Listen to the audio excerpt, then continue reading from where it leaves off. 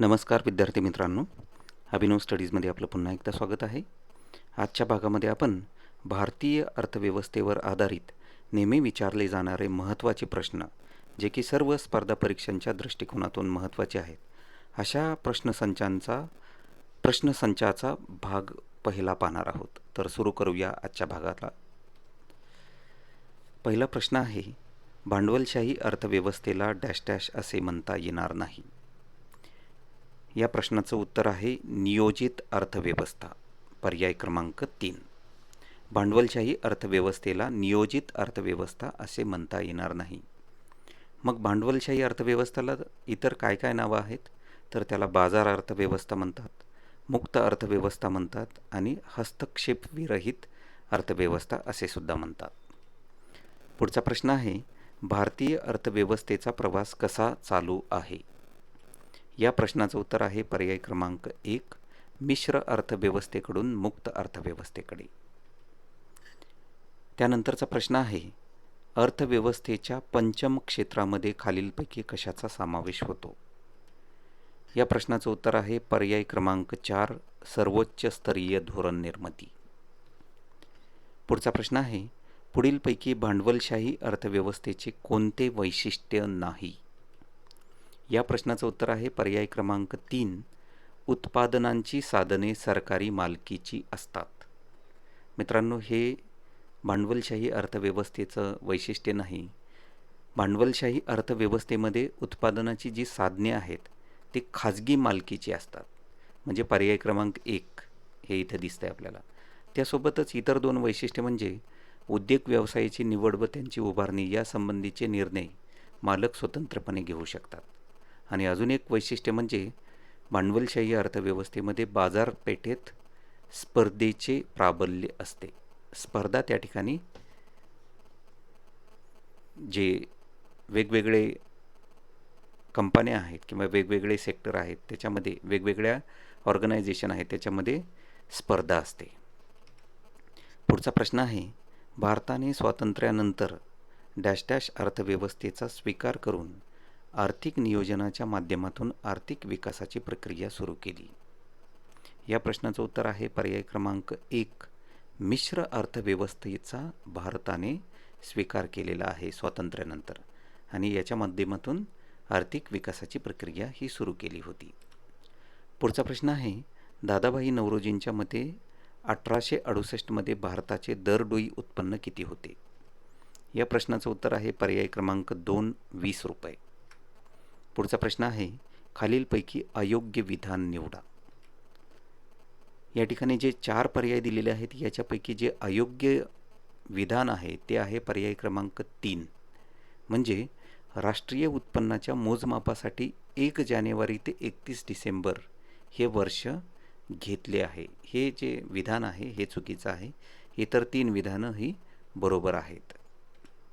पुढचा प्रश्न आहे, एका वर्षात देशाच्या निवासी व्यक्तींनी निर्माण केलेल्या सर्व अंतिम वस्तू व सेवांच्या बाजारभावाच्या किमतीची एकूण म्हणजे काय? याचं बरोबर उत्तर आहे पर्याय क्रमांक 3, स्थूल राष्ट्रीय उत्पाद. पुढचा प्रश्न आहे, राष्ट्रीय उत्पन्न खालीलपैकी कोणत्या कृतीमधून निर्माण होते? या प्रश्नाचं उत्तर आहे पर्याय क्रमांक 1, कोणत्याही आर्थिक कृतीतून. पुढचा प्रश्न आहे, खालीलपैकी कोणत्या कृतीचा समावेश राष्ट्रीय उत्पन्न मोजमापमध्ये केला जाणार नाही? याचं उत्तर आहे पर्याय क्रमांक 2, गृहिणींनी केलेली घरगुती कामे. ही जी आहेत ही राष्ट्रीय उत्पन्न मोजमापमध्ये ही जी कृती आहे याचा समावेश केला जाऊ शकत नाही. मालक स्वतः राहत असलेल्या घराचे भाडे, त्यानंतर जिंकलेल्या लॉटरीचे मूल्य किंवा घराच्या विक्रीसाठी ब्रोकरला दिलेले कमिशन, हे मात्र ह्या ज्या कृती आहेत यांचा समावेश राष्ट्रीय उत्पन्न मोजमापमध्ये केला जाऊ शकतो. पुढचा प्रश्न आहे, देशाचा आर्थिक वृद्धीचा दर मोजण्यासाठी कोणत्या किमतींना मोजलेल्या राष्ट्रीय उत्पन्नाच्या वाढीचा दर गृहीत धरला जातो? या प्रश्नाचं उत्तर आहे पर्याय क्रमांक 4, 1 आणि 2 दोन्ही नाही. म्हणजे कोणते? तर चालू किमतीवर सुद्धा नाही आणि स्थिर किमतीवर सुद्धा नाही. पुढचा प्रश्न आहे, हरित लेखा प्रणाली म्हणजे राष्ट्रीय उत्पन्न मोजताना डॅश डॅशचा विचार करणे होय. या प्रश्नाचं उत्तर आहे पर्याय क्रमांक 3, प्रदूषण व पर्यावरणीय हानी. पुढचा प्रश्न आहे, जर दिलेल्या कालावधीत किमती आणि मौद्रिक उत्पन्न दोन्ही दुप्पट झाल्यास वास्तव उत्पन्नामध्ये काय बदल होईल? या प्रश्नाचं उत्तर आहे पर्याय क्रमांक 3, वास्तव उत्पन्न हे तेवढेच राहील. पुढचा प्रश्न आहे, भारतातील सर्वाधिक राज्य GDP असलेले राज्य कोणते? प्रश्न नीट समजून घ्या. राज्य GDP या ठिकाणी विचारलेला आहे आणि भारतातील सर्वात जास्त राज्य GDP असलेलं राज्य हे महाराष्ट्र आहे, जे पर्याय क्रमांक 1 मध्ये आहे.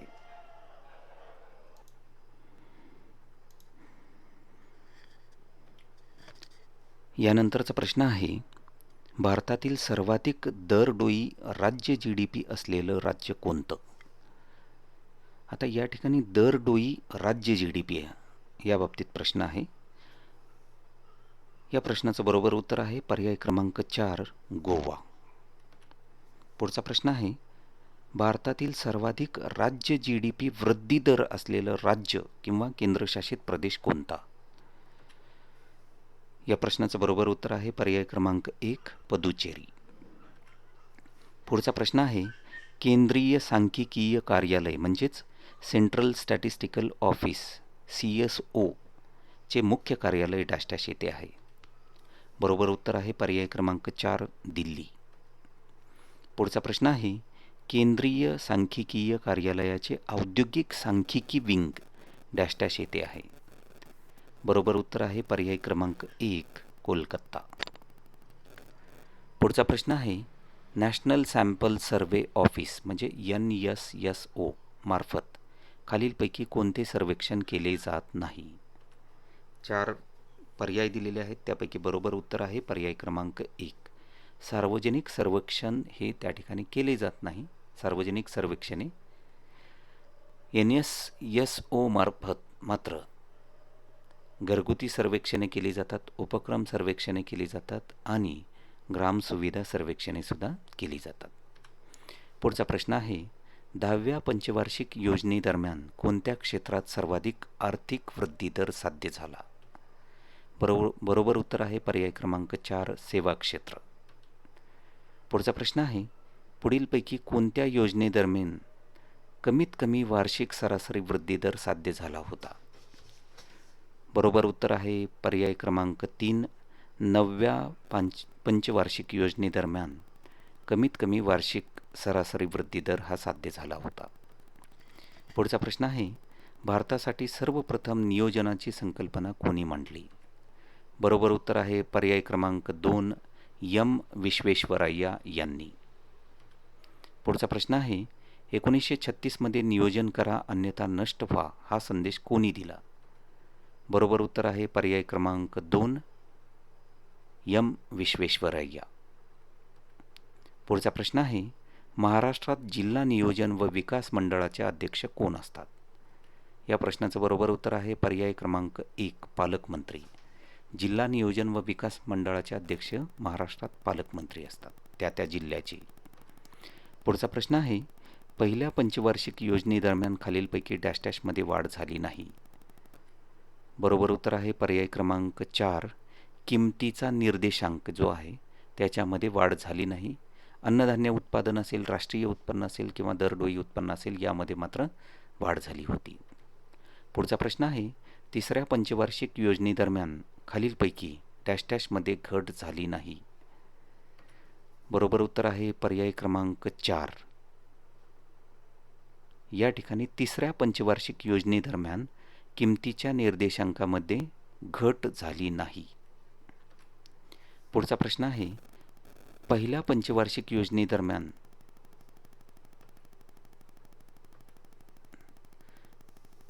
पुढचा प्रश्न आहे, जिल्हा उद्योग केंद्राची स्थापना कोणत्या योजनेपासून करण्यात आली? या प्रश्नाचं बरोबर उत्तर आहे पर्याय क्रमांक 3, सरकती योजना.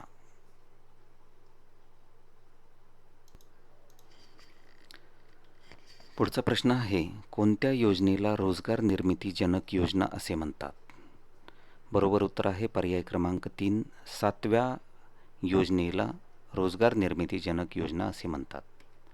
पुढचा प्रश्न आहे, भारतात सूचक नियोजनाचा पूर्ण प्रारंभ कोणत्या योजनेपासून झाला?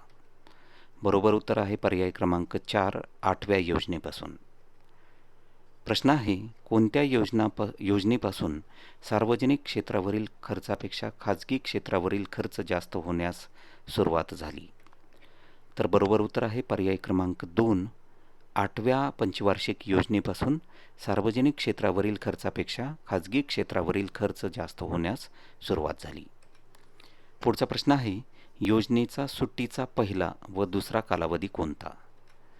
बरोबर उत्तर आहे पर्याय क्रमांक 3, 1966 ते 69 हा पहिला सुट्टीचा कालावधी, तर दुसरा आहे 1990 ते 92.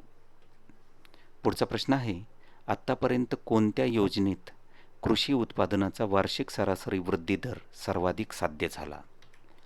बरोबर उत्तर आहे पर्याय क्रमांक 3, 1966 ते 69 च्या ज्या वार्षिक योजना होता त्यामध्ये वार्षिक सरासरी वृद्धी दर सर्वाधिक साध्य झाला होता. पुढचा प्रश्न आहे, 11व्या योजनेदरम्यान वृद्धी दराचे लक्ष्य %, वार्षिक सरासरी आहे? बरोबर उत्तर आहे पर्याय क्रमांक 3, 9.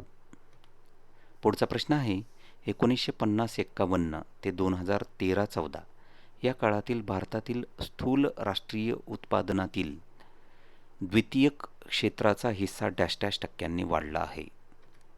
बरोबर उत्तर आहे पर्याय क्रमांक 1, 16.6 ते 26.2 या टक्क्यांनी 1950-51 ते 2013-14 या काळात भारतातील स्थूल राष्ट्रीय उत्पादनातील द्वितीयक क्षेत्राचा हिस्सा हा वाढलेला आहे. पुढचा प्रश्न आहे, 1950-51 ते 2013-14 या काळात एकूण स्थूल देशांतर्गत उत्पादनामध्ये शेती क्षेत्राचा वाटा प्रवृत्ती दर्शवितो?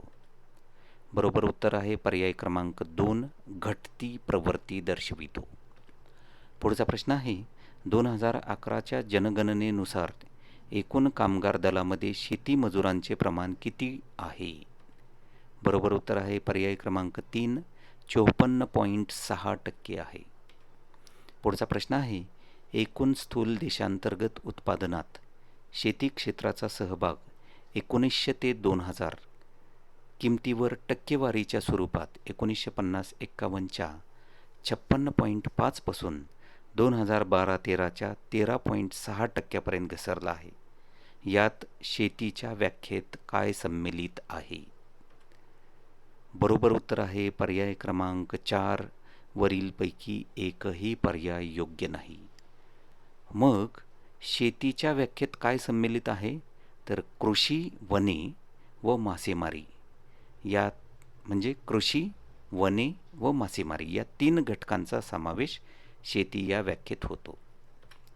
पुढचा प्रश्न आहे, आर्थिक सुधारणानंतर 1990-91 ते 2012-13 या काळात स्थूल देशांतर्गत उत्पादनाचा दर प्रवृत्ती दर्शवितो?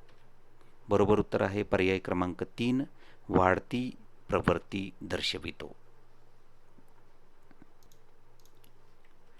पुढचा प्रश्न आहे, सार्वत्रिक मूलभूत उत्पन्न यात खालील घटक आहेत? बरोबर उत्तर आहे पर्याय क्रमांक 4, वरीलपैकी सर्व. म्हणजे कोणते कोणते घटक आहेत? सार्वत्रिकता, बिनशर्तता, प्रतिनिधित्व हे तिन्ही घटक. पुढचा प्रश्न आहे, खालीलपैकी कोणती राष्ट्रीय उत्पादनांचा अंदाज करण्याची पद्धत नाही? बरोबर उत्तर आहे पर्याय क्रमांक 2, आयात निर्यात पद्धती. मग राष्ट्रीय उत्पादनाचा अंदाज करण्याच्या पद्धती कोणत्या आहेत? तर उत्पादन पद्धती आहे, उत्पन्न पद्धत आहे आणि खर्च पद्धत आहे. पुढचा प्रश्न आहे, भारतात राष्ट्रीय उत्पन्न मोजताना कोणता कालखंड हे वर्ष मानले जाते? बरोबर उत्तर आहे पर्याय क्रमांक 4, अर्थात 1 एप्रिल ते 31 मार्च. हे आपल्या सर्वांना माहिती आहे. पुढचा प्रश्न आहे, भारत सरकारद्वारा प्राध्यापक PC महालनोबिस यांच्या अध्यक्षतेखाली राष्ट्रीय उत्पन्न समितीचे गठन कोणत्या वर्षी करण्यात आले होते? बरोबर उत्तर आहे पर्याय क्रमांक 2, 1949. पुढचा प्रश्न आहे, साक्षरता हा प्रामुख्याने कोणत्या प्रकारचा निर्देशांक आहे? बरोबर उत्तर आहे पर्याय क्रमांक 1, मानवी साधनसंपत्ती विकास. पुढचा प्रश्न आहे, 2010 पासून मानवी विकास निर्देशांक म्हणजे HDI ची व्याख्या ही प्रत्येक पैलूतील यश मापन करणाऱ्या सामान्य निर्देशांकाचे डॅश डॅश अशी केली जाते. या प्रश्नाचं बरोबर उत्तर आहे पर्याय क्रमांक 2, भूमितीय मध्य. पुढचा प्रश्न आहे, मानव विकास निर्देशांकाचे मूलभूत 3 घटक पुढीलपैकी कोणते? तर या प्रश्नाचं बरोबर उत्तर आहे पर्याय क्रमांक 1, म्हणजे जन्माच्या वेळचे अपेक्षित आयुर्मान, प्रौढ साक्षरता दर, स्थूल शिक्षण प्रवेश दर आणि दरडोई स्थूल राष्ट्रीय उत्पादन. हे 3 मूलभूत घटक आहेत मानव विकास निर्देशांकाचे. पुढचा प्रश्न आहे, नियोजनाच्या नंतरच्या टप्प्यामध्ये 1981 ते 2012 म्हणजे हा कालखंड सरासरी स्थूल देशांतर्गत उत्पादन वाढीचा दर डॅश डॅश होता. बरोबर उत्तर आहे पर्याय क्रमांक 2, 5.9% इतका होता.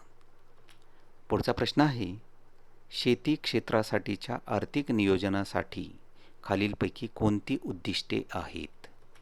बरोबर उत्तर आहे पर्याय क्रमांक 4, वरील सर्व, म्हणजे शेती उत्पादन वाढ, रोजगार संधीमध्ये वाढ आणि ग्रामीण भागातील विषमता कमी करणे. पुढचा प्रश्न आहे, 1950 ते 80 या काळातील भारताच्या अर्थव्यवस्थेचा वृद्धी दर डॅश डॅश होता. बरोबर उत्तर आहे पर्याय क्रमांक 3, 3.5%. पुढचा प्रश्न आहे, 12वी पंचवार्षिक योजना तयार करीत असताना हे नियोजन आयोगाचे अध्यक्ष होते. बरोबर उत्तर आहे पर्याय क्रमांक 2, डॉक्टर मनमोहन सिंग.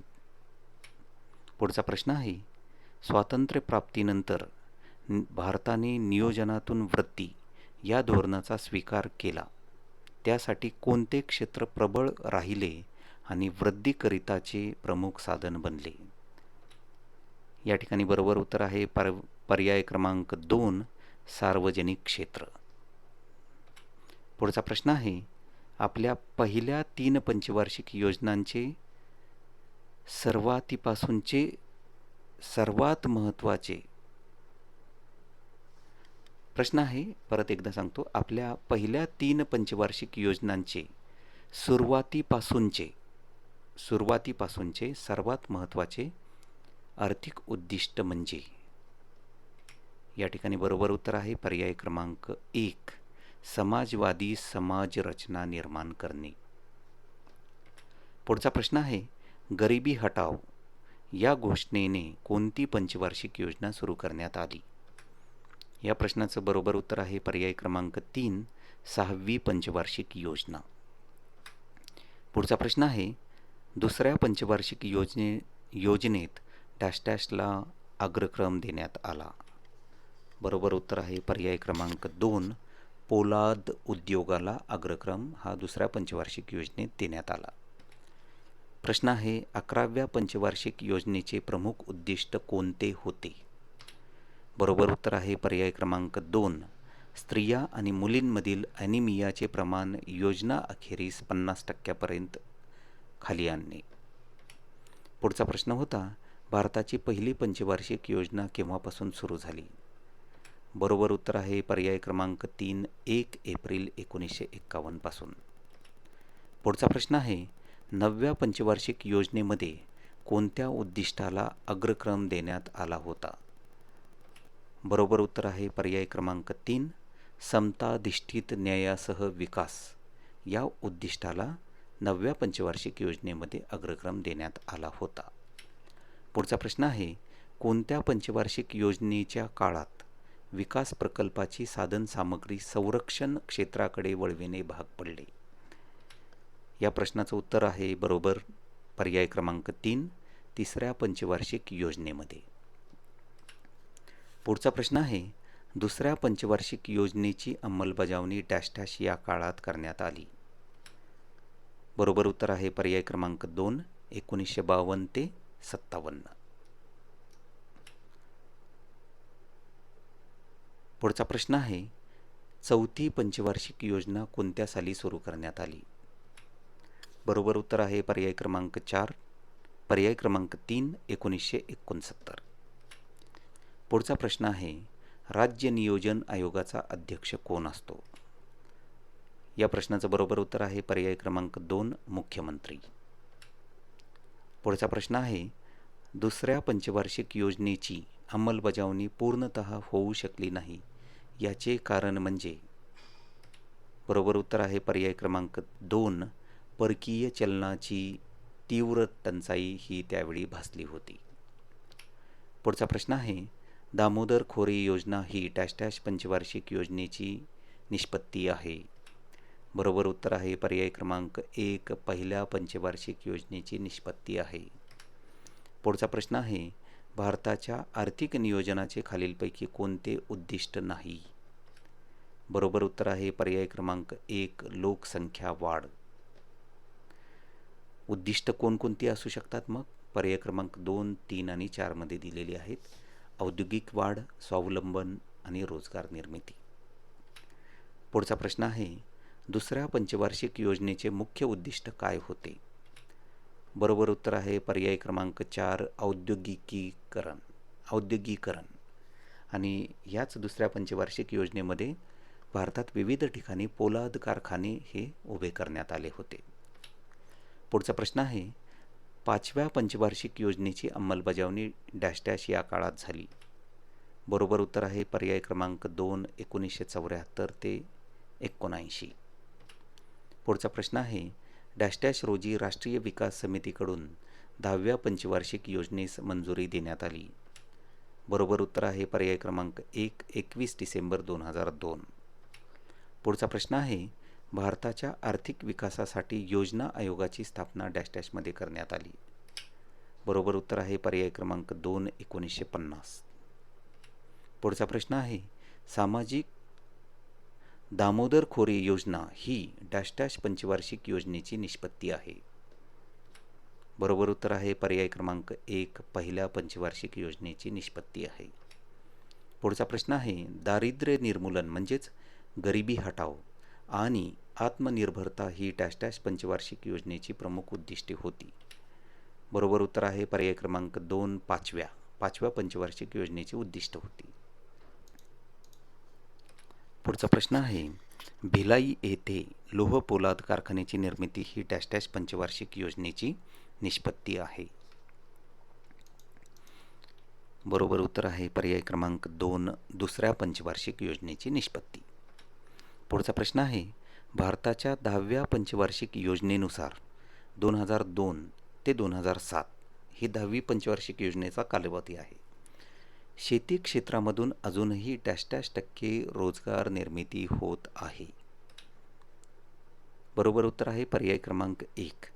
म्हणजे भारताच्या 10व्या पंचवार्षिक योजनेनुसार शेती क्षेत्रामधून अजूनही 50.3% रोजगार निर्मिती होत आहे असा निष्कर्ष त्यावेळी काढण्यात आलेला होता. पुढचा प्रश्न आहे, हिराकोड योजना निर्मिती ही डॅश डॅश पंचवार्षिक योजनेची निष्पत्ती आहे. बरोबर उत्तर आहे पर्याय क्रमांक 1, पहिल्या. मित्रांनो, पहिल्या पंचवार्षिक योजनेची निष्पत्ती काय आहे, तर विविध नद्यावरती धरण त्या ठिकाणी किंवा वेगवेगळे प्रकल्प हे त्या ठिकाणी बांधण्यात आले होते. आणि दुसऱ्या पंचवार्षिक योजनेमध्ये औद्योगिकीकरण जे आहे त्यावरती भर देण्यात आलेला होता आणि त्यामुळे विविध ठिकाणी लोहपोलाद उद्योगाचे कारखानेही उभा करण्यात आलेले होते. हे लक्षात ठेवा. पुढचा प्रश्न आहे, डॅश डॅश हे नियोजन आयोगाचे पहिले अध्यक्ष होते. बरोबर उत्तर आहे पर्याय क्रमांक 1, भारताचे पहिले पंतप्रधान जवाहरलाल नेहरू हे नियोजन आयोगाचे पहिले अध्यक्ष होते.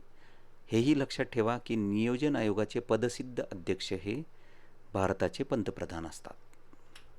पुढचा प्रश्न आहे, भारतातील पहिला खत कारखाना पहिल्या पंचवार्षिक योजनेत डॅश डॅश येथे सुरू झाला. बरोबर उत्तर आहे पर्याय क्रमांक 2, बिहारमधील सिंद्री या ठिकाणी. पुढचा प्रश्न आहे, खालीलपैकी कोणता एक भारत निर्माण कार्यक्रमाचा भाग नाही? बरोबर उत्तर आहे पर्याय क्रमांक 3, ग्रामीण भागात शाळा. भारत निर्माण कार्यक्रमाचे कोणकोणते भाग आहेत मग? जलसिंचन आहे, ग्रामीण विद्युतीकरण आहे, तसेच ग्रामीण रस्ते हा सुद्धा भारत निर्माण कार्यक्रमाचा भाग आहे. पुढचा प्रश्न आहे, राष्ट्रीय ग्रामीण रोजगार हमी कायदा म्हणजे नरेगा डॅश डॅशमध्ये अधिनियमित झाला. बरोबर उत्तर आहे पर्याय क्रमांक 3, सप्टेंबर 2005 मध्ये. पुढचा प्रश्न आहे, जननी सुरक्षा योजना ही 100% केंद्राने प्रायोजित केलेली योजना आहे आणि त्यानुसार रोख मदत डॅश डॅशच्या बरोबर दिली जाते. बरोबर उत्तर आहे पर्याय क्रमांक 2, बाळंतपण आणि बाळंतपणानंतरची दक्षता. पुढचा प्रश्न आहे, खालीलपैकी कोणता स्वयंरोजगार कार्यक्रम 1983-84च्या कालावधीत सुरू करण्यात आला आणि नंतर तो प्रधानमंत्री रोजगार योजनेत समाविष्टीत करण्यात आला? बरोबर उत्तर आहे पर्याय क्रमांक 3, सुरक्षित शहरी युवकांसाठी स्वयंरोजगार कार्यक्रम. पुढचा प्रश्न आहे, खालीलपैकी कोणत्या कार्यक्रमाचे उद्दिष्ट हे फक्त ग्रामीण भागातील गरिबांना रोजगार पुरविणे हे होते? बरोबर उत्तर आहे पर्याय क्रमांक 1, स्वर्ण जयंती ग्राम स्वरोजगार योजना. प्रश्न आहे, भारतीय राज्यघटनेनुसार असणारा कामाचा अधिकार खालीलपैकी कोणत्या योजनेत पहिल्यांदा विचारात घेण्यात आला? या प्रश्नाचं बरोबर उत्तर आहे पर्याय क्रमांक 1, राष्ट्रीय ग्रामीण रोजगार कार्यक्रम. पुढचा प्रश्न आहे, शहरी व ग्रामीण भागातील गरीब व निम्न उत्पादन गटातील कुटुंबाच्या किमान एका व्यक्तीला वर्षभरात 100 दिवस रोजगारासाठी कायदेशीर हमी खालीलपैकी कोणत्या योजनेमुळे प्राप्त झाली? या प्रश्नाचं बरोबर उत्तर आहे पर्याय क्रमांक 2, रोजगार हमी कायदा 2005. पुढचा प्रश्न आहे, तेंडुलकर समितीनुसार 2011-12 मध्ये भारतात दारिद्र्य रेषेखालील लोकसंख्येचे शेकडा प्रमाण डॅश डॅश टक्के होते? बरोबर उत्तर आहे पर्याय क्रमांक 1, 21.9% इतके होते. पुढचा प्रश्न आहे, रंगराजन कमिटी जी 2014 मध्ये गठीत करण्यात आलेली होती, या कमिटीनुसार सन 2011-12 साठी ग्रामीण व शहरी भागासाठी दारिद्र्य रेषा व्याख्या ही दरडोई रुपये डॅश डॅश अशी निश्चित करण्यात आली. बरोबर उत्तर आहे पर्याय क्रमांक 1, 32 आणि 47. ग्रामीण भागासाठी 32 रुपये, शहरी भागासाठी 47. पुढचा प्रश्न आहे, भारत सरकारची खालीलपैकी कोणती नोडल एजन्सी दारिद्र्याचे मोजमाप करण्यासाठी काम करते किंवा करत होती? बरोबर उत्तर आहे पर्याय क्रमांक 1, नियोजन आयोग. पुढचा प्रश्न आहे,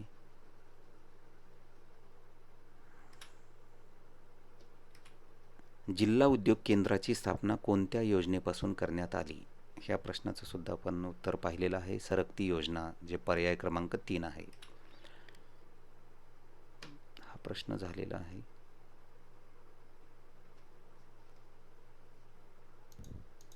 पुढचा प्रश्न आहे, विकसनशील देशांमध्ये उत्पादन क्षमतेच्या कमतरतेमुळे निर्माण होणाऱ्या बेरोजगारीला काय म्हणतात?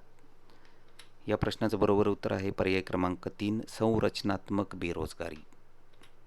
पुढचा प्रश्न आहे, अदृश्य बेरोजगारी संदर्भात योग्य विधान निवडा. आता 4 पर्याय दिलेले आहेत, त्यापैकी बरोबर पर्याय म्हणजे योग्य विधान हे शोधायचं आहे. बरोबर उत्तर आहे या ठिकाणी पर्याय क्रमांक 1, म्हणजे अदृश्य बेरोजगारी संदर्भात कोणतं विधान योग्य आहे? तर अशा बेरोजगारांची सीमांत उत्पादकता 0 असते.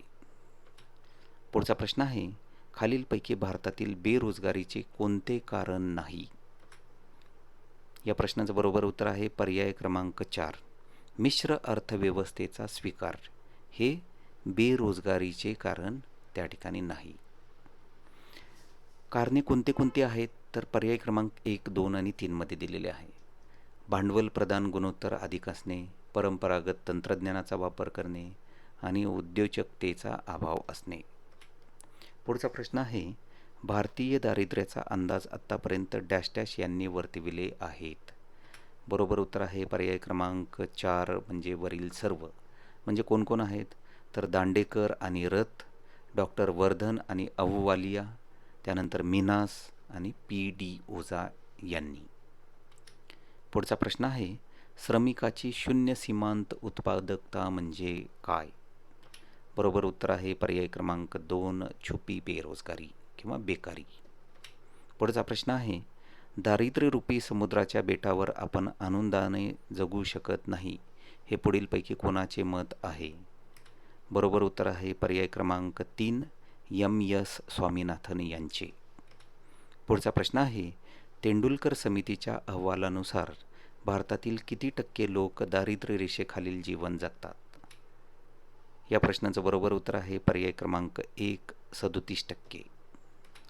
पुढचा प्रश्न आहे, लोकसंख्येची घनता कशा प्रकारे मोजली जाते? बरोबर उत्तर आहे पर्याय क्रमांक 3, दर चौरस किलोमीटर. यामध्ये भारताची किंवा लोकसंख्येची घनता ही मोजली जाते. लोकसंख्या संक्रमण सिद्धांतानुसार दुसऱ्या टप्प्यामध्ये डॅश डॅश. बरोबर उत्तर आहे पर्याय क्रमांक 1, लोकसंख्या वेगाने वाढते. पुढचा प्रश्न आहे, भारतातील कोणत्या नामांकित लोकसंख्याविषयक तज्ज्ञाने अतिशय परखडपणे असे मत मांडले आहे की कुटुंब नियोजनाविषयी मतभेद व्यक्त करणे सोपे आहे, परंतु या कार्यक्रमाची प्रत्यक्ष अंमलबजावणी अनेक प्रकारच्या अडथळ्यांनी युक्त आहे?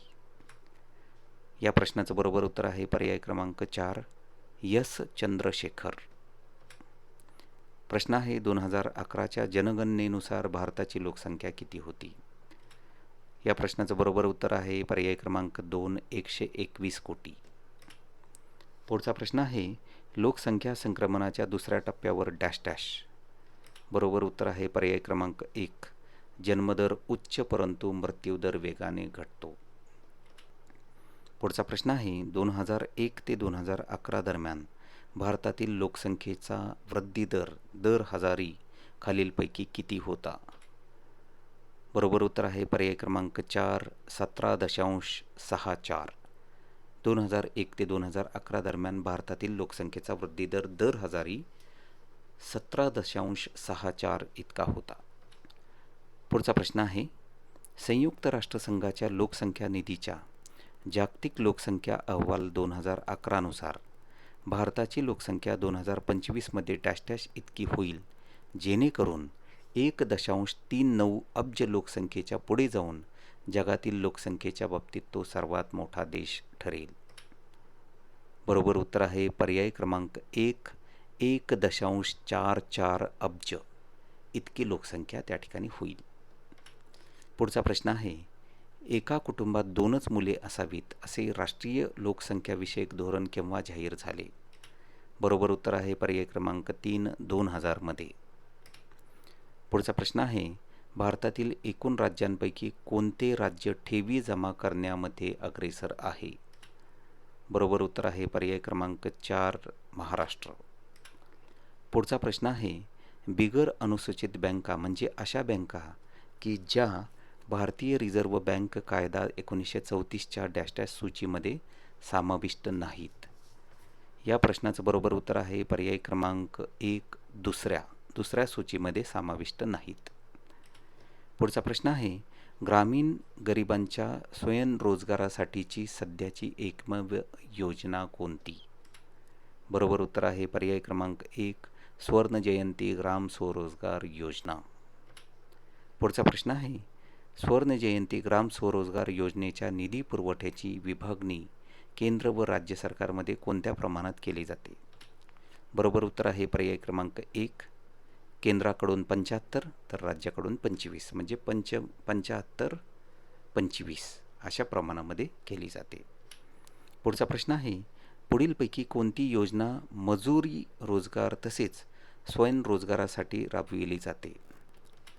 बरोबर उत्तर आहे पर्याय क्रमांक 2, स्वर्ण जयंती शहरी रोजगार योजना.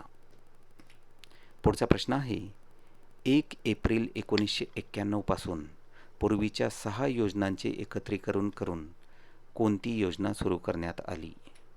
बरोबर उत्तर आहे पर्याय क्रमांक 3, स्वर्ण जयंती ग्राम स्वरोजगार योजना. पुढचा प्रश्न आहे, राष्ट्रीय ग्रामीण हमी रोजगार बद्दल कोणते विधान अयोग्य आहे? बरोबर उत्तर आहे पर्याय क्रमांक 1. ही योजना केवळ दारिद्र्य रेषेखालील तरुणांसाठी आहे. हे विधान अयोग्य आहे. बरोबर वाक्य पर्याय क्रमांक 2, 3 आणि 4 मध्ये आहेत. ही योजना अकुशल अंग मेहनतीचे काम करू इच्छिणाऱ्यांसाठीच आहे. या योजनेअंतर्गत अर्जदारांनी अर्ज केल्यापासून 15 दिवसाच्या आत रोजगार पुरवला जाईल अर्जदारांना. आणि त्यासोबतच या योजनेअंतर्गत महिलांसाठी 33% आरक्षण ठेवण्यात आले आहे. पुढचा प्रश्न आहे, राष्ट्रीय ग्रामीण रोजगार हमी योजना कोणामार्फत राबविण्यात येते? बरोबर उत्तर आहे पर्याय क्रमांक 2, राज्य सरकारामार्फत. पुढचा प्रश्न आहे, राष्ट्रीय ग्रामीण रोजगार हमी योजनेच्या अंतर्गत घ्यावयाच्या प्रकल्पांची निवड कोण करते? बरोबर उत्तर आहे पर्याय क्रमांक 4, ग्रामपंचायत. पुढचा प्रश्न आहे, जेव्हा reserve bank of India bank rate म्हणजेच व्याजाचा दर वाढवते तेव्हा डॅश डॅश होते? बरोबर उत्तर आहे पर्याय क्रमांक 2, गुंतवणुकीस परावृत्त करणे हे होतं. पुढचा प्रश्न आहे, भारतातील बँकिंग क्षेत्राच्या संदर्भात पुढीलपैकी कोणत्या राज्याचा वाटा ठेवी जमा करण्यात सर्वात जास्त आहे? बरोबर उत्तर आहे पर्याय क्रमांक 2, महाराष्ट्राचा. पुढचा प्रश्न आहे, रेपो रेट व रिव्हर्स रेपो रेट या संज्ञा कशाशी संबंधित आहेत? बरोबर उत्तर आहे पर्याय क्रमांक 4, रिझर्व्ह बँकेचे जे पतधोरण आहे त्याच्याशी संबंधित हे रेपो रेट आणि रिव्हर्स रेपो रेट या संज्ञा आहेत. पुढचा प्रश्न आहे, औद्योगिक उत्पादनाचा निर्देशांक म्हणजेच IIP पायाभूत वर्षातील बदलामधून वेळोवेळी सुधारित केला जातो. सध्या स्थितीत IIPच्या अंदाजाचे पायाभूत वर्ष सांगा. बरोबर उत्तर आहे पर्याय क्रमांक 2, 2004-5 हे वर्ष. पुढचा प्रश्न आहे, खालीलपैकी कोणत्या बँकेने डिसेंबर 2011 मध्ये आपली 100 वर्ष पूर्ण केली? बरोबर उत्तर आहे पर्याय क्रमांक 3, सेंट्रल बँक ऑफ इंडिया. पुढचा प्रश्न आहे, खालीलपैकी कोणत्या समितीने प्राधान्य क्षेत्रासाठी कर्जपुरवठा 40%वरून 10%वर कमी करण्याची शिफारस केली? बरोबर उत्तर आहे पर्याय क्रमांक 3, नरसिंहम समिती. पुढचा प्रश्न आहे, भारतातील पैसा पुरवठाचे M1 व M3 हे प्रकार खालीलपैकी कोणत्या नावाने ओळखले जातात? या प्रश्नाचं बरोबर उत्तर आहे पर्याय क्रमांक 3, संकुचित व विस्तारित पैसा. प्रश्न आहे, जवाहरलाल नेहरू पुनरुत्थान अभियानाबाबत कोणते विधान असत्य आहे? बरोबर उत्तर आहे पर्याय क्रमांक 4, वरीलपैकी एकही नाही. म्हणजे हे तिन्ही विधानं सत्य आहेत. कोणते कोणते आहेत? तर ही योजना केंद्र पुरस्कृत म्हणून डिसेंबर 2005 मध्ये सुरू करण्यात आली होती. तिचा उद्देश शहरातील विद्यमान सुविधांचा स्तर उंचावणे हा होता आणि एकीकृत आवास व अस्वच्छ वस्ती विकास कार्यक्रम या योजनेचा एक घटक आहे. पुढचा प्रश्न आहे, 2000-2001 मध्ये सुरू झालेल्या प्रधानमंत्री ग्रामोदय योजनेअंतर्गत कोणता घटक येत नाही? बरोबर उत्तर आहे पर्याय क्रमांक 4, ग्रामीण सिंचन. मग प्रधानमंत्री ग्रामोदय योजनेअंतर्गत कोणते कोणते घटक येतात? तर प्राथमिक आरोग्य येतं, प्राथमिक शिक्षण येतं आणि पोषणसुद्धा येतं. पुढचा प्रश्न आहे, राष्ट्रीय ग्रामीण हमी रोजगार योजनेबद्दल कोणते विधान अयोग्य आहे? या प्रश्नाचं बरोबर उत्तर आहे पर्याय क्रमांक 4, या योजनेअंतर्गत अर्जदारास त्याच्या निवासस्थानापासून 15 किलोमीटरच्या आत रोजगार सामान्यतः उपलब्ध करून दिला जातो. हे विधान अयोग्य आहे. योग्य विधानं कोणती आहेत?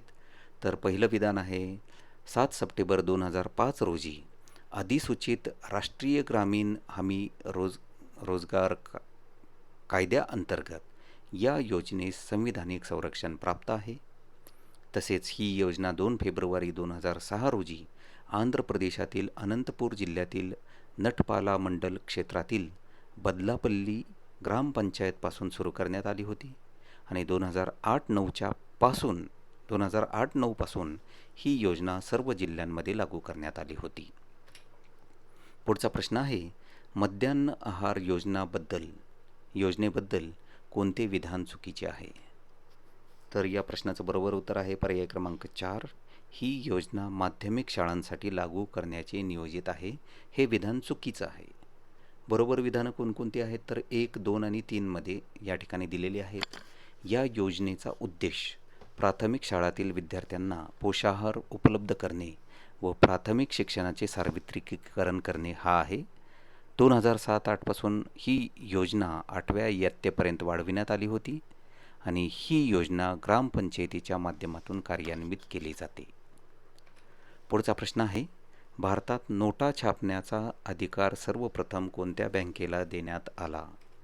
बरोबर उत्तर आहे पर्याय क्रमांक 2. बँक ऑफ बंगाल या बँकेला नोटा छापण्याचा भारतामध्ये सर्वप्रथम अधिकार देण्यात आला.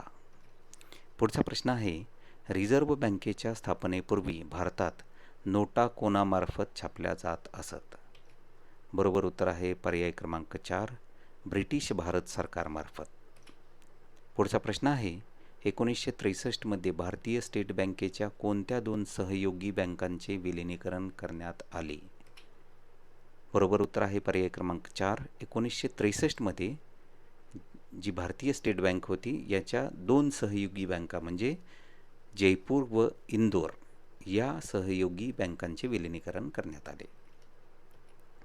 पुढचा प्रश्न आहे, भारतीय व्यापारी बँकांमार्फत खालीलपैकी कोणत्या मार्गाने सर्वाधिक कर्जे व अग्रिमे दिली जातात?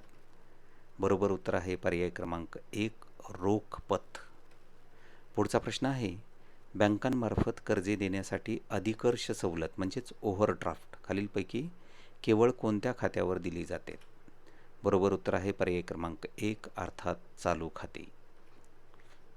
पुढचा प्रश्न आहे, पुढीलपैकी कोणत्या बँकेचे राष्ट्रीयकरण 19 जुलै 1969 रोजी झाले नाही? बरोबर उत्तर आहे पर्याय क्रमांक 2. Corporation bank. तर मित्रांनो, अशा पद्धतीने आजच्या भागामध्ये आपण भारतीय अर्थव्यवस्थेवर आधारित जो प्रश्नसंच आहे त्याचा पहिला भाग पाहिला. मित्रांनो, हा व्हिडिओ आपल्याला आवडला असेल तर अवश्य लाईक करा. तसेच हा व्हिडिओ आपल्या मित्रमैत्रिणींपर्यंत शेअर करायला विसरू नका. आणि अशाच पद्धतीने अभिनव स्टडीजवर जे आम्ही अपलोड केलेले व्हिडिओ आहेत त्याचं आपल्याला नोटिफिकेशन मिळण्यासाठी आमच्या अभिनव स्टडीज या चॅनलला सबस्क्राईब करून बेल आयकॉनला प्रेस करा. धन्यवाद.